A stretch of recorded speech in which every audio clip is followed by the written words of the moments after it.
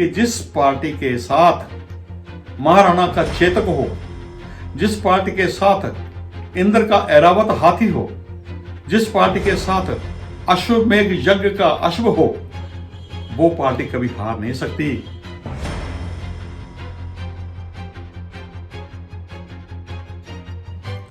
नमस्कार, आप जुड़ चुके हैं बीबीएन के साथ और मैं हूं रोहन चौधरी। आज हमारे साथ खास बातचीत करने के लिए मौजूद हैं भारतीय जनता पार्टी जम्मू कश्मीर के सीनियर मोस्ट नेता शिव कुमार पादा जी। सर, बहुत बहुत शुक्रिया अपना वक्त देने के लिए।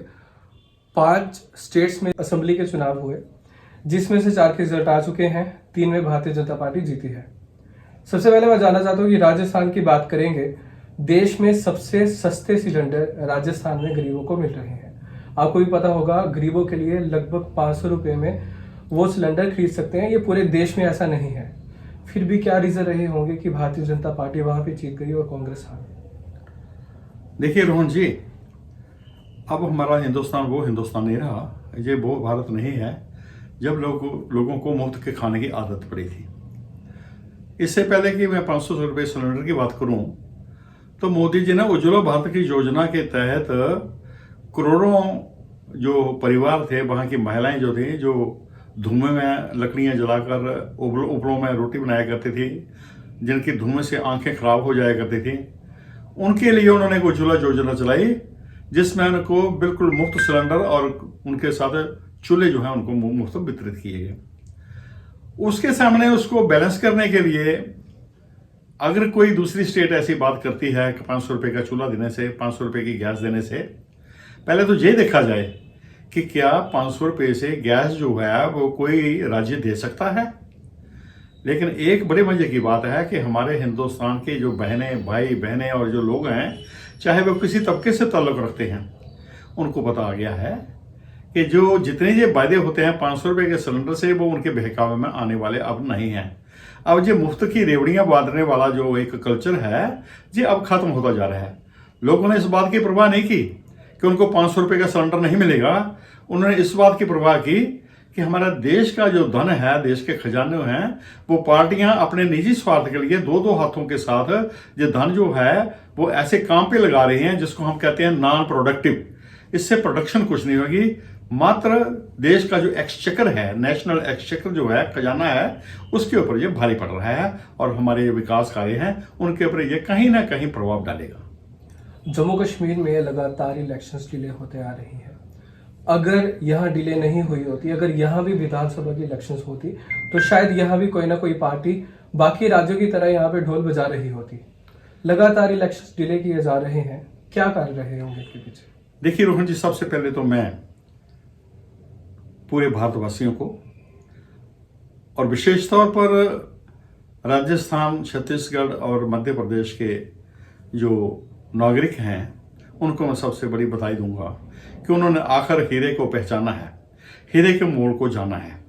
और मैं तो ये जो जिसको कहते हैं लैंडस्लाइड विक्ट्री जो हुई है, जो जिसको हम कहते हैं अनप्रेसिडेंटेड जो वहाँ एक विक्ट्री हुई है, जीत हुई है, उसका जो श्रेय जाता है वो तो मतदाताओं को जाते हैं, मोदी जी को ज़्यादा जाता है, जिनके नेतृत्व में पार्टी एक से बढ़कर एक पग जो है वो उन्नति की ओर अग्रसर हो रही है। आज भारत जिस स्थान से चला था 2014 से पहले, आज वो वाला भारत नहीं है।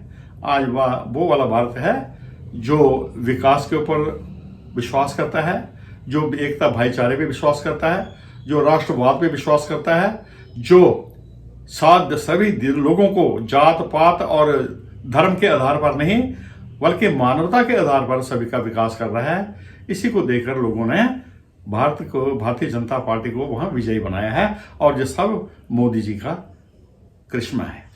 ठीक है, हम जम्मू कश्मीर की बात कर रहे थे। लगातार इलेक्शंस डिले की जा रही हैं। थोड़े दिन पहले बात की जा रही थी कि अर्बन लोकल बॉडीज की इलेक्शन होंगी, लेकिन उसे भी डिले कर दिया गया है। इस समय टेंडर खत्म हो चुके हैं। लोगों के पास रिप्रेजेंटेटिव नहीं है कि किनके पास जाके अपना मसला रखेंगे। इलेक्शन लगातार जम्मू कश्मीर में क्यों डिले की जा रही है, क्या रीजन है इसके पीछे? ऐसा है रोहन जी, जम्मू कश्मीर एक मात्र ऐसा राज्य रहा है जिस राज्य के ऊपर कहते हैं ना कि सुंदरता भी क्या ऐसी चीज है जिसने डाली बुरी नजर डाली। हमारा जम्मू कश्मीर ऐसा प्रदेश है जो हर लिहाज से संपन्न है, सुंदरता से। हमारी प्राकृतिक मान है, जो हमारी नेचुरल मदर नेचर है, इसने उसको सब कुछ देखा है।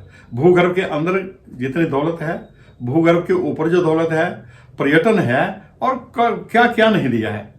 तो ये सभी कुछ जो है हमारे कुछ ऐसे हमारे जिसको कहते हैं पड़ोसी ऐसे देश हैं जिनको भारत की ये बातें जो हैं वो हजम नहीं हो रही हैं। और आए दिन आपको पता है कि एक प्रायोजित उग्रवाद जो है वो चल रहा था, जिसके पीछे पाकिस्तान का हाथ होता था, और उसके साथ हिंदुस्तान में और खासतौर जम्मू कश्मीर में अलगाववादी ताकतें और जो ओवरग्राउंड वर्कर्स हैं जो उनको शेल्टर देते हैं, जो पाकिस्तानी उनके आका पाकिस्तान में बैठकर उनकी फंडिंग करते थे, उनको सभी के साथ एक उनके ऊपर वज्र जिसको कहते हैं आघात हुआ है, उनको एक वज्रपात हुआ है कि जब से हमारी एलजी साहब की गवर्नमेंट आई है। अब आपको पता है कि कहीं भी चुनाव कराने हों उसके लिए अमन होना, पीस होना, शांति होना बहुत आवश्यक है। शांति तो लाई जा रही है। सर, G20 में कहा जा रहा था कि जम्मू कश्मीर में शांति है, माहौल एकदम सही है, लेकिन जब भी इलेक्शंस की बात होती है तो लगातार कहा जाता है कि जम्मू कश्मीर में माहौल ठीक नहीं। देखिए, ऐसा है कि मैं एक थोड़ी सी बात कहूंगा। एक बार किसी घोड़े के सवार को कहा कि मैं अब उतरना चाहता हूं, तो घोड़ा जो था वो उतरने नहीं देता था। तो सामने से एक भूत आया, उसने कहा मैं इसको खा जाऊंगा, इस शैतान को खा जाऊंगा। तो घोड़े ने कहा कि तू पहले मेरे दुम के बाल गिन ले। और जब उसके दुम के बाल गिनता था, जब वो पूरे होने के आते थे तो वो दुम को हिला देता था। इसी प्रकार का ये जो जिन है हमारा उग्रवाद का, जब भी कहीं जहां शांति आती है तो वो किसी ना किसी तरीके से वो नमोदार हो जाता है। कहीं वो आईईडी ब्लास्ट करता है, कभी वो पुंछ में, कभी वो राजौरी में, कभी वो अनंतनाग में, वहां वो आक्रमण करता है, जिससे हमारे जो ऐसे नौजवान जो इस बात की मन में बात रखे चलते हैं कि अभी कुछ नहीं होगा, तो वो कभी स्निप फायरिंग करके पाकिस्तान से, और बिल्कुल शॉर्ट फायरिंग करके। और उसमें कौन होते हैं? कुछ हमारे देसी मुखर होते हैं, और कुछ वो लोग हैं जो असाइलम लेते हैं, जो शरण लिए होते हैं जम्मू के उसमें उनके लोगों के घर में, लेकिन फिर भी शांति है। अब आप बात करते हैं यूएलबी की, लोकल बॉडीज की। तो लोकल बॉडीज के जो चुनाव होंगे उसके लिए दो चार बातें जो आ रही हैं। एक तो डिलिमिटेशन है, एक तो ओबीसी का कोटा जो है वो निर्धारित करना है, दूसरा जो हमारे वुमेन एम्पावरमेंट है जिसमें वुमेन रिजर्वेशन है उसकी भी बात करनी है। जिस दिन ये सारी डिलिमिटेशन प्रेसीवन हो जाएगा उस दिन जो है वो हमारा जो जहाँ के यूएलबी के और पंचायत राज इंस्टीट्यूशन हैं उनके अवश्य जहाँ चुनाव हो जाएंगे उसमें कोई देर नहीं लगेगी। हम आश्वस्त हैं इस बात से कि हमारे एलजी साहब महामहिम उपराज्यपाल वो इस बात को बड़ी उन्होंने अपनी नजर रखी हुई है कि जिस दिन हमारा माहौल, जिस दिन हमारा जो यहाँ का जो वातावरण है वो इस प्रकार हो जाएगा तो वो यहाँ चुनाव जो है वो अवश्य बुला देंगे, जिसके लिए हमारी सभी पार्टियां जो हो कमर कस रही हैं। कभी आए ना आए हमारे लोकसभा के चुनाव हैं, उनके फौरन बाद जो है हमारे ये चुनाव हो जाएंगे, और उसके लिए वो जो एक हैक्टिक जो एक हो रही है, कोशिश हो रही है इलेक्शन कमिश्नर और इलेक्शन जो हमारे ऑफिसर्स हैं उनके तौर पर उनके ऑफिस में वो वोटर लिस्ट जो है उनको रिवीजन हो रहा है, और सारा काम जो है चल रहा है। तो इसमें कोई दो राय नहीं है, चुनाव तो होने हैं। ये एक डेमोक्रेटिक कंट्री की एक प्रोसीजर है, एक उसके लिए एक प्री रिक्विजिशन है कि चुनाव के बगैर, लोकतंत्र के बगैर कोई भी जो है गवर्नमेंट वो जीवित नहीं रह सकती। सर देखिए, जिस तरह से बिल की बात करें, बिजली का बिल पहले लोगों का 120 तक आता था, लेकिन अभी 460 आ रहा है। वहीं जम्मू सिटी की बात करें, लगातार लोगों के घर पे स्मार्ट मीटर लगाए जा रहे हैं। कहीं ना कहीं बात की जा रही थी प्रॉपर्टी टैक्स की भी, लेकिन अभी कहा जा रहा है कि स्थगित किया जा रहा है कि जब इलेक्शन जीती है भारतीय जनता पार्टी तो उसके बाद लगाया जा सकता है। तो क्या लोग स्मार्ट मीटर्स को, स्कैम्स को या प्रॉपर्टी टैक्स को आने वाले समय में वोट देंगे? देखिए रोहन जी, एक बड़ी मजे की बात है, जब इस बात की घोषणा होती है कि 5 साल तक का फ्री अनाज दिया जाएगा जी, उसकी कोई चर्चा नहीं करती, उसकी किसी प्रकार की कोई निंदा नहीं होती और उसका कोई उसकी अपोजिशन नहीं होती। जब ये कहा जाता है कि यहाँ लोगों के लिए जो वुमेन सशक्तिकरण है, एम्पावरमेंट करनी है, या दूसरे जो हमारे जाते हैं जिनको इसके बीच लाया जा रहा है, रिजर्वेशन के दायरे में लाया जाए, तब हम ये बातें नहीं करते।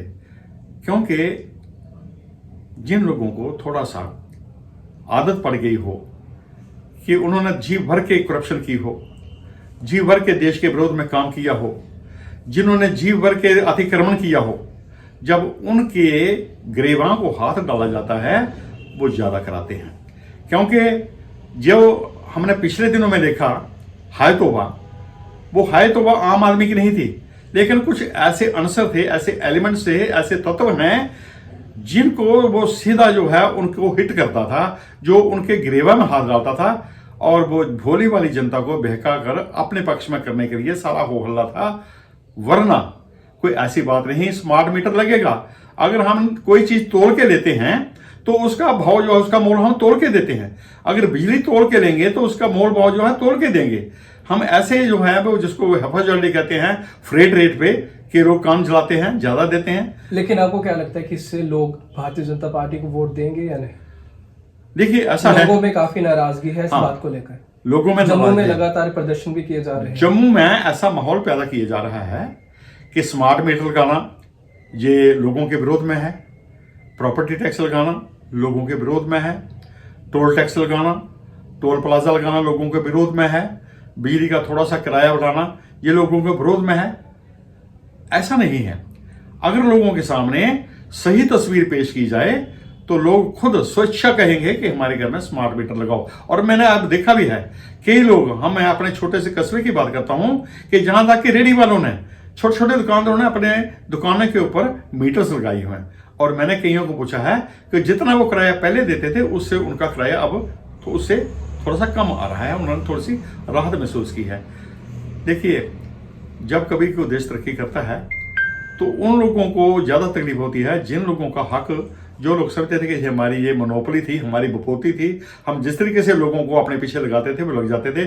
अब वो समय नहीं है, लोग आहिस्ता आहिस्ता समझ रहे हैं और स्मार्ट मीटर की तरफ आ रहे हैं, क्योंकि जो पैसा देना है वो हमारे राजस्व में जाएगा, हमारे खजाने में जाएगा, जिससे हमारा जो है डेवलपमेंट होगी। ठीक है, तो सर भारतीय जनता पार्टी जम्मू कश्मीर की बात करें, लगातार ये सुनने में आ रहा है कि कश्मीर और जम्मू की जो राजनीति है आपस में गुटबाजी बन रही है, भारतीय जनता पार्टी में कई गुट हैं। मैं एक बात कहूंगा कि रोहन जी, मैंने 1962 से लेकर आज 2023 खत्म हो रहा है, मैंने प्रजा परिषद का, जनसंघ का और भारतीय जनता पार्टी का दौर देखा है, और हमारे पिताजी ने इसके लिए बहुत कुर्बानियां दी हैं। हम देख रहे हैं तब से आज तक बहुत चेंजेस आए हैं, बहुत तब्दीलियां आई हैं, परिवर्तन आए हैं। एक तो आज मैं ये कहूंगा कि जो लोग जो अब भारतीय जनता पार्टी के छुटभइये और जिसको तथाकथित नेता कह रहे हैं, उनमें एक तो पार्टी की विचारधारा का अभाव है, वो वक्ती तौर पर यहां इनसे मिल रहे हैं।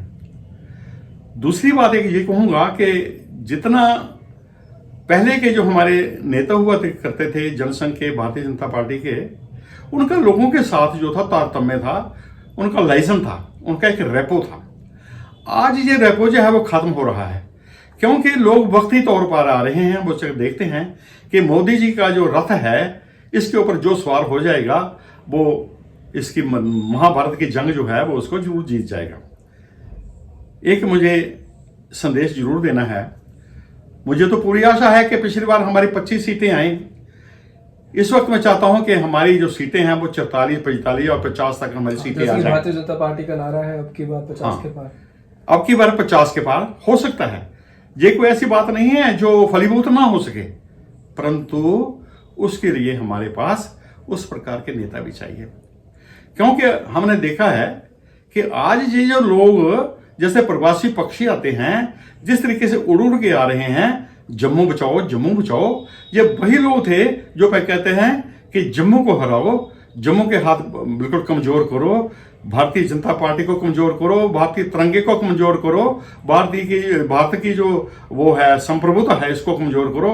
अब वही लोग जो हैं जहाँ आ रहे हैं, अब बड़े बड़े घरानों के लोग आ रहे हैं, बड़े बड़े शॉप कॉम्प्लेक्स के लोग आ रहे हैं, बड़े बड़े लैंडलॉर्ड जो आ रहे हैं।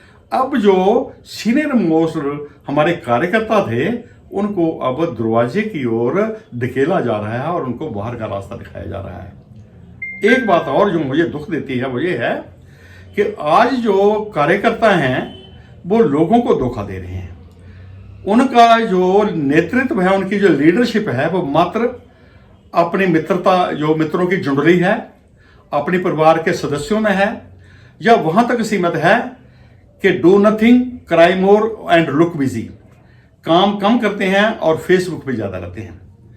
एक व्यक्ति, आए दिन मैं देखता हूं कि एक व्यक्ति मामूली सा काम करता है और 20-20 जो चित्र हैं वो अपलोड कर देता है, जिससे वो खुद को धोखा दे रहा है, अपने लोगों को धोखा दे रहा है, अपने नेतृत्व को धोखा दे रहा है, और नेतृत्व भी जो है जो इन लोगों की बातों में आ जाता है।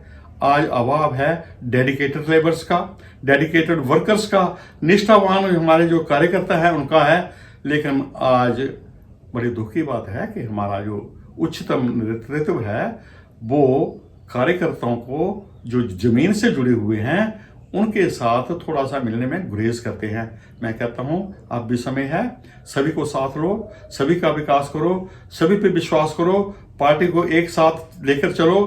पार्टी कुछ लोगों की बपौती बनाकर मत रखो, क्योंकि पार्टी जो सभी के है, लोगों में अंदर ही अंदर रोष है, परंतु ये रोष दूर हो सकता है जब तो सभी को उस विश्वास में लेकर चलेंगे, तो वो दिन दूर नहीं।